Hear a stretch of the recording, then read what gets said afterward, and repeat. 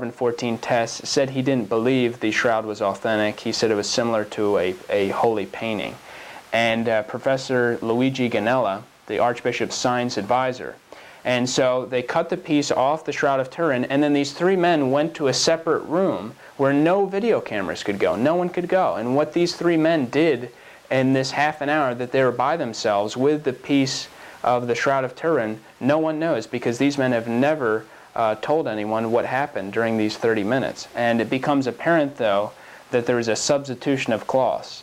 And the size of the cloth that the labs tested, the three labs where this piece of shroud was sent to, is not the same that was cut from the shroud.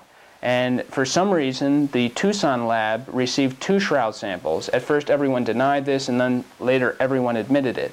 In fact, we can't get the samples that they tested because in carbon-14 dating, the samples are destroyed. The chief tester at Zurich, Switzerland, Dr. Woofy, he stated publicly, even before these tests, that he thought the shroud was a fake. So all these people that were involved, or most of them, seemed to not believe in the shroud anyway. So they had a biased agenda to find that the shroud was a fake. And so that's what they were looking Exactly. to do. That's the way it looks. And when these supposed results came back from the 3 labs that it was between 1260 and 1390, Professor Ed T. Hall and Dr. Tyth of the British Museum held their own press conference, and written in large numbers on a blackboard behind them were the supposed results, punctuated by an exclamation point, 1260 to 1390.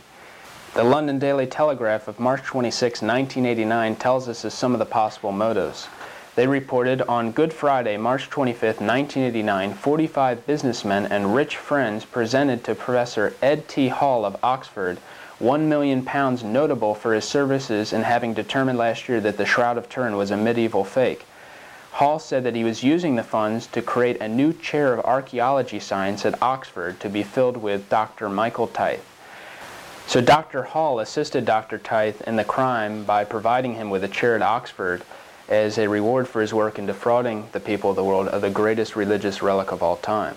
And so if the shroud is reproducible, why doesn't someone reproduce it? No one can. The skeptics cannot reproduce it. And the shroud shows very clearly that Jesus Christ lived, Jesus Christ died, and Jesus Christ rose again. So I've shown throughout this whole video that not only God exists, but the Catholic faith is the true faith. And it's one thing to realize what I'm saying, it's another thing to act upon it. And I say, as someone that's truly concerned, that truly cares, as a convert to the Catholic faith, that if you don't embrace the Catholic faith, you'll be lost for all eternity. And if you are a Catholic, it's absolutely imperative that you attend the Latin Tridentine Mass or